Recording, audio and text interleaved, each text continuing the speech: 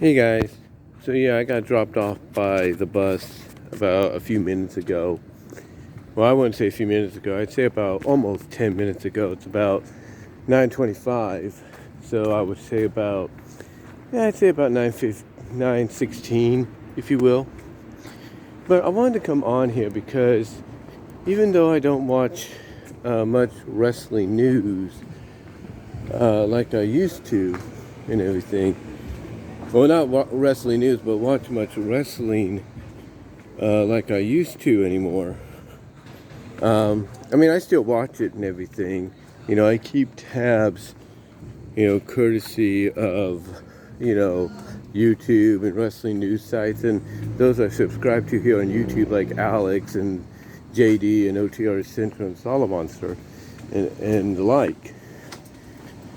And basically, news came out over this past week, or the past couple of days I should say, that Kota Ibushi, who has competed, believe it or not, in WWE, who competed in the Cruiserweight Classic, the inaugural Cruiserweight Classic, as well as he competed about a couple of times for NXT.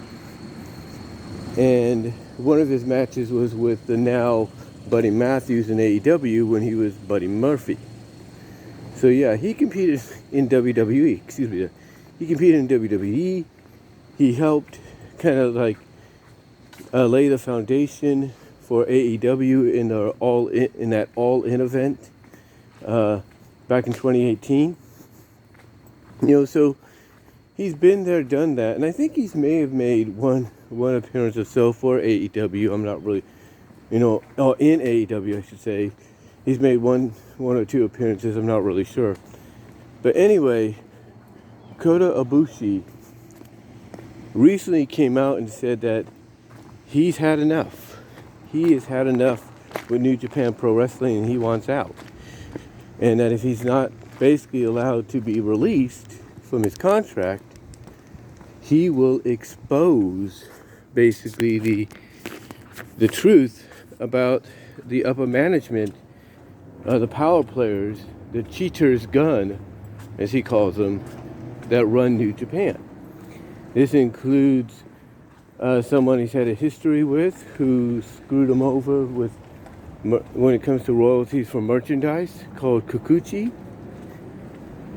And the other person he plans to expose for being a devious, manipulative liar and basically someone that basically is power hungry and very abusive, especially towards female talent. And this goes for Kikuchi as well and others. And when I'm talking about being abusive to female talent, I'm talking basically sexual abusement. And that is the NJPW president, the very guy that came out a couple of weeks ago and shook the hands of Tony Khan when Tony made the announcement that this co-joint event, Forbidden Door, between AEW and New Japan was going to happen. And, to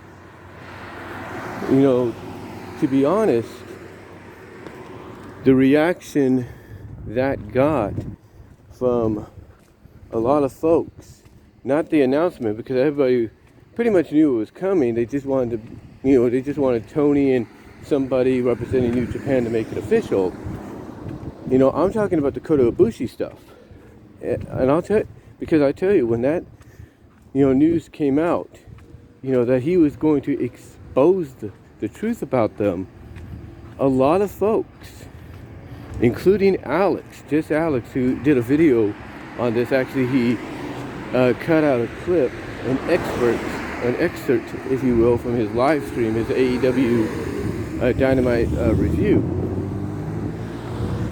Alex said, in that live stream and in the clip, like I said, that he cut from the live stream, where he, basically focused on talking about the news about Ibushi. Alex basically said that, didn't necessarily say, but he basically went on record in his own in his own way, to kind of say that he's, or not, well, not to say, but kind of acknowledge that, like every other fan and out there that is excited about Forbidden Door, he's kind of worried that this news that Ibushi, is threatening to reveal the truth about what he calls the cheater's gun. The power, basically the people that run with all the power in New Japan. When basically he, along with a lot of fans, he's worried. He's worried about the impact that this could cause on the event. Like this, the biggest worry is this event could get canceled before it even happens. Like everybody that sold out the United Center the day tickets went on sale, on the pre-sale date and the official date, and even those that are buying tickets that are just being, released now to help really fill out that, that arena. The last thing they want is to be told that their purchases were for nothing and now they're going to get refunded, because they feel that this is a purchase that's worth, making, because you don't see something like this every day. And for basically for this news that Ibushi is planning or threatening to reveal, if he's not released out of his contract, about Kikuchi, who is one of the, like I said, is one of the power people in charge, or standing alongside the president of New Japan Pro Wrestling, who's also been accused of these allegations and everything. If Ibushi does go through with this, like he's threatening to do if he's not released, because and here's the thing: a lot of people will agree that Ibushi should be released, not because they want him to go to AEW and to be great, or if the WWE drones, they want him to go to WWE because that would be great. No. A lot of people want Ibushi released because they feel he hasn't been booked right or properly, and you can kind of see it. It's like, yeah, they're going to give him championships to keep him happy or to shut the critics up, but then they screw him over. I mean, Alex said as an example that when he became the IWGP World Champion, his first title defense, he lost the belt. And it just didn't make sense. Like, why would you have him lose the belt?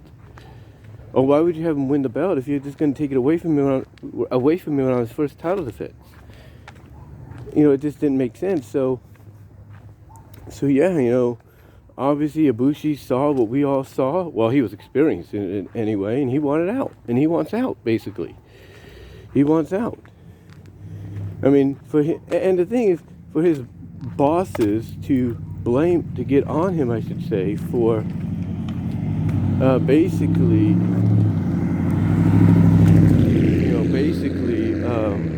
going to another show without permission. Look, you can't blame him. If he's not happy where he's at, let him go. It's like a lot of people say about, Roderick Strong and Mustafa Ali in WWE. If they're not happy where they are and they want out, let them go.